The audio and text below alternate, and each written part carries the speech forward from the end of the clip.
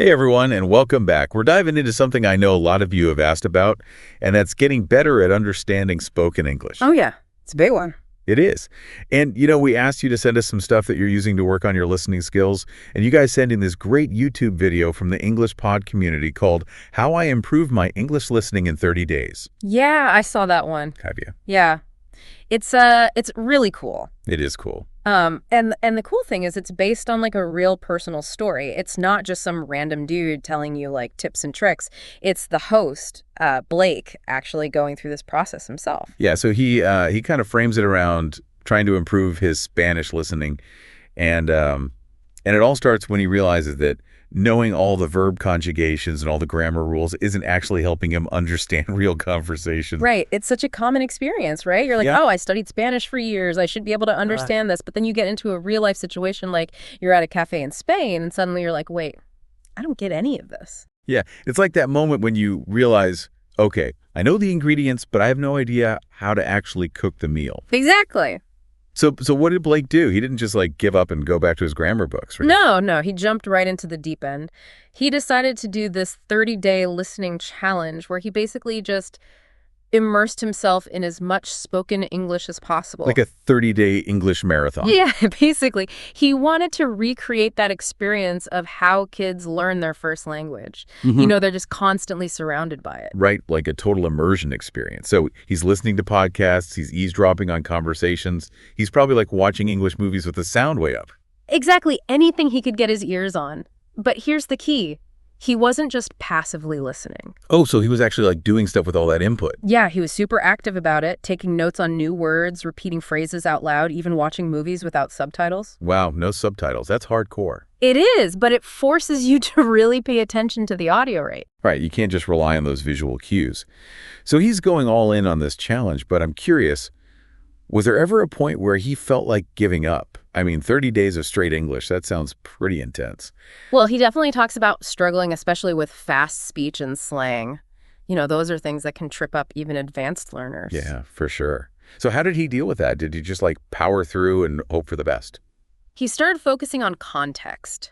He realized that even if he missed a word or two, he could often figure out the meaning by paying attention to the situation, the speaker's tone, even their body language. That's such a good point. It's like when you hear someone say, no worries, it's all good. You don't need to look up every single word in the dictionary to get the general vibe. Exactly. And that's what Blake started to do. He focused on getting the big picture instead of getting bogged down by every little detail. Okay, so he's using context to his advantage, but I imagine it still takes time for your brain to really adjust to this new way of listening. Absolutely. And that's why Blake really stresses the importance of consistency. Even if you only understand a little bit at first, the key is to keep listening day after day. So it's about building that listening stamina. Yeah, exactly. It's like tuning a radio dial. You have to keep adjusting until the static fades and the music comes in clear. I like that analogy. So consistency is key. But what about those moments when you encounter a word you've never heard before in your life? Do you stop everything and grab the dictionary? Blake talks about using a mix of strategies. Sometimes he'd write down a word to look up later. Other times he'd try to guess the meaning based on the context. And he really emphasized not seeing those moments of not knowing as failures. Right, because they're actually opportunities to learn. Exactly. Every time you encounter a new word, it's a chance to expand your vocabulary. So it's about shifting your mindset from like, I should know this, to this is a chance to learn something new. Exactly. It's all about embracing that learning process. So, Blake talks about all this listening practice, but I'm curious, did he have any specific techniques for dealing with fast speech? Because I know that's something a lot of English learners struggle with. Oh yeah, that feeling of like words just flying past you and you're like, wait, what just happened? Exactly. Did he just like grit his teeth and power through it, or did he have a strategy? Well, he talks about the importance of repetition, like he'd rewind podcasts over and over again just to catch what the speaker was saying. So not just letting it wash over him, but actually going back and dissecting it. Right. He wasn't afraid to slow things down and really listen closely, but just rewinding seems kind of passive. Did he do anything else to make that repetition more active? Oh, yeah, he had some really good tips. He talks about listening for specific words or phrases, trying to predict what the speaker would say next, even shadowing the speaker by repeating what they said out loud. Shadowing, that sounds intense. It is.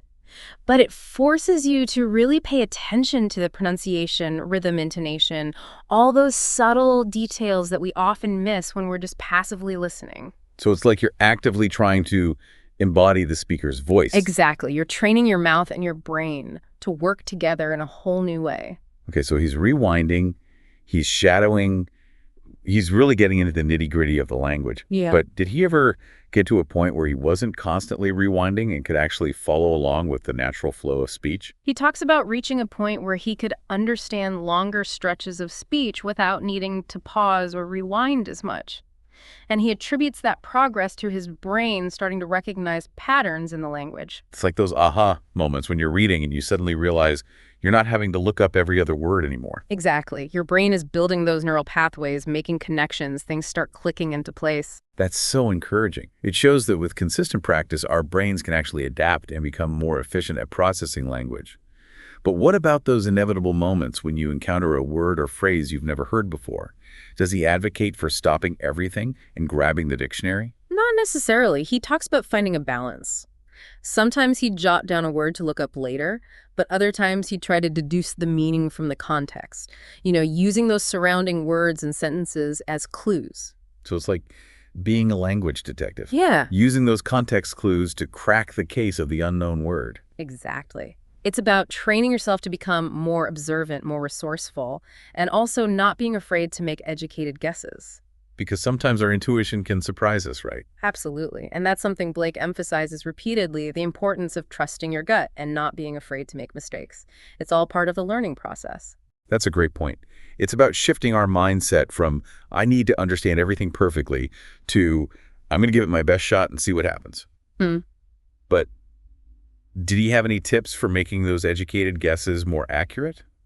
Or was it just a matter of crossing your fingers and hoping for the best? He talks about paying attention to not just the words themselves, but also the speaker's tone of voice and the overall context of the conversation.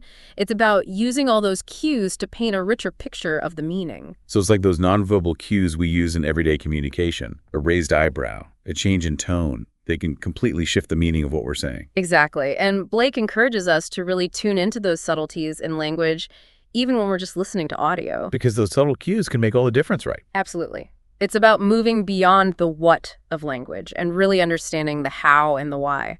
But did Blake only focus on spoken language, or did he also incorporate other forms of English input into his 30-day challenge? Oh, he went all over the place. Podcasts, audiobooks, news reports, even stand-up comedy routines. Stand-up comedy. Wow, that's impressive. I know, right? Talk about pushing yourself outside your comfort zone. But why stand-up? He saw it as a way to really challenge himself. Stand-up comedy is full of slang, humor, cultural references. It's like a workout for your listening comprehension skills. It's like the ultimate listening test. Yeah. So he's really diversifying his listening diet. But with all those different types of content, did he ever feel overwhelmed by the sheer amount of information he was taking in? He definitely talks about the challenge of information overload, but he stresses the importance of being selective and intentional about your listening choices. It's about finding content that you genuinely enjoy and that aligns with your interests. It's about making language learning a pleasurable experience, not a chore. But with so much focus on input, did Blake ever address the importance of output? Actually speaking English. He talks about how his speaking skills actually started to improve as his listening skills got better. Really? So there's a direct connection there. It seems so. He describes it as if all those hours of listening were subconsciously shaping his own way of speaking. That's fascinating. It's like our brains are constantly absorbing these patterns and rhythms, even when we're not consciously aware of it. Exactly. And it makes sense, right? The more you expose yourself to correct grammar and natural pronunciation, the more likely you are to internalize those patterns and start using them in your own speech. So it's like you're training your ear and your mouth at the same time. Exactly. And that's what Blake discovered through his 30-day challenge. The more he listened, the more confident and fluent he became in his own speaking. That's so encouraging. It shows that even if you're not actively practicing speaking, just listening can have a huge impact on your overall fluency. Absolutely. And that's one of the key takeaways from Blake's story. Listening isn't just about understanding, it's also about internalizing the language and developing your own ability to communicate effectively. Okay, so we've got Blake listening to all sorts of different content. He's shadowing, he's using context clues, he's even noticing improvements in his speaking skills. But I'm sure there were still challenges along the way. Yeah. Did he ever talk about facing those real-world situations where he felt like all his hard work was put to the test? Oh, yeah. He shares a great story about being in New York and going to this classic diner for Oh, breakfast. I love those classic New York diners. Yeah. But I can imagine trying to order breakfast in a busy, noisy diner could be pretty intimidating for a language learner. Exactly. And that's exactly what Blake was feeling. He describes the scene, the clattering dishes, the fast-talking waitress, the hustle and bustle of the city, all those things that could make a language learner nervous. So did he survive the diner experience? He not only survived, he thrived. He was able to understand the waitress, order his food, and even have a bit of small talk, all without panicking or feeling overwhelmed. That's so awesome.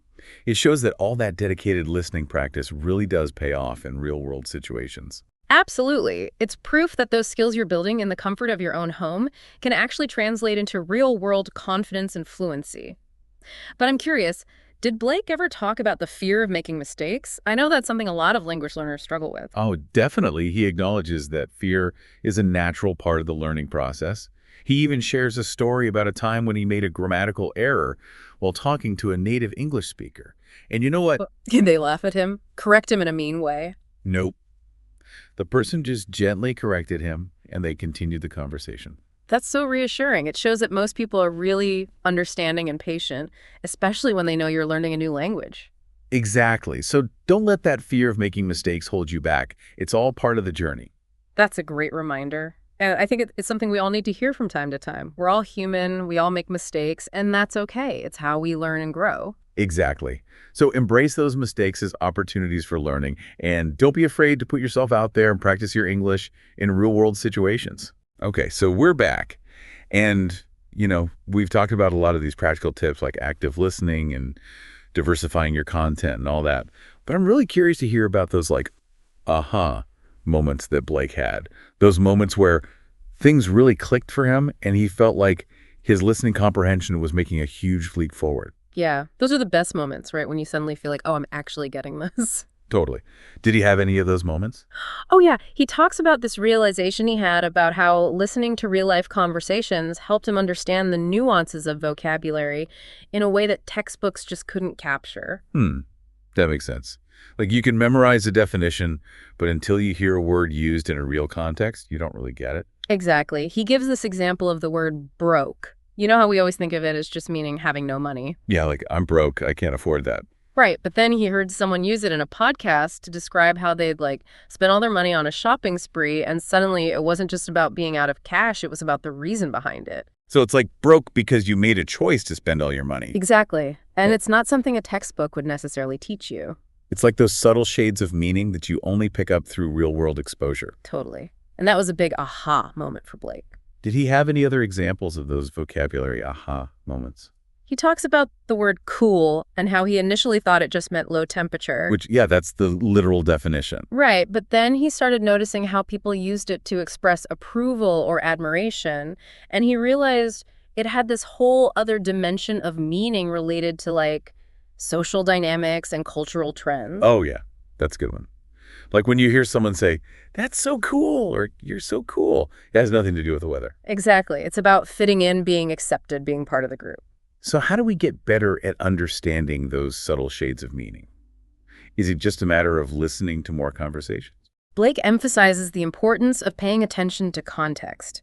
He encourages listeners to notice not just what's being said, but how it's being said, who's saying it, and in what situation. It's like becoming a language detective. Yeah. Looking for those clues that reveal the hidden meanings. Exactly. It's about being observant and curious and always asking yourself, why are they using that word in that way? What are they trying to communicate? So we've got to be more than just passive listeners. We've got to be active thinkers, too. Absolutely. And that's what Blake really emphasizes throughout his 30-day challenge. It's not enough to just hear the words. You've got to engage with them, think about them, analyze them. So we've talked about vocabulary, but words are just one piece of the puzzle, right?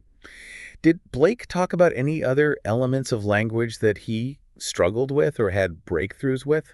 He talks a lot about the importance of tone in communication. Oh, yeah. Tone can be tricky, especially in a language like English, where we use a lot of sarcasm and irony.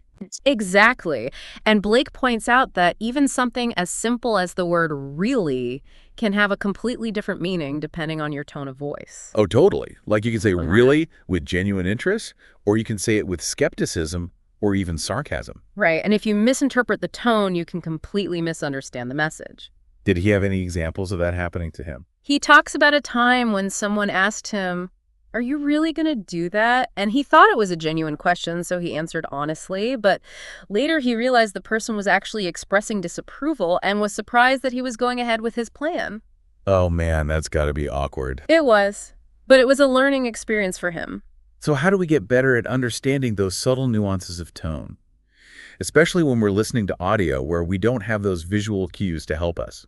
Well, Blake encourages us to pay attention to the speaker's intonation, pauses, emphasis, all those things that can give us clues about their emotional state and their underlying intentions. So it's like training our ears to become more sensitive to those little details. Exactly. And it takes practice, but it's definitely something you can get better at over time. It's amazing how much meaning can be conveyed through those seemingly small things. Right. It's like a whole secret language that we're often not even aware of. I like that, a secret language of tone and intonation. Yeah. And once you start to understand that language, it unlocks a whole new level of understanding. So Blake has taken us on quite a journey so far, from struggling to understand basic conversations to really delving into the nuances of vocabulary and tone. But did he have any final words of wisdom for those of us who are still on this language learning adventure? He leaves listeners with a really powerful message. Don't be afraid to make mistakes. Embrace those moments of not knowing as opportunities for growth, and never stop exploring the fascinating world of language. That's such a great message. I love that. And I think that's a perfect note to end on. So thank you all for joining us on this deep dive into Blake's 30-day challenge. We've covered a lot of ground today, from active listening techniques to the importance of context to embracing those inevitable mistakes. Remember, language learning is a journey, not a destination. So keep listening, keep practicing, and keep exploring. And who knows, maybe one day you'll be sharing your own 30-day success story with the world.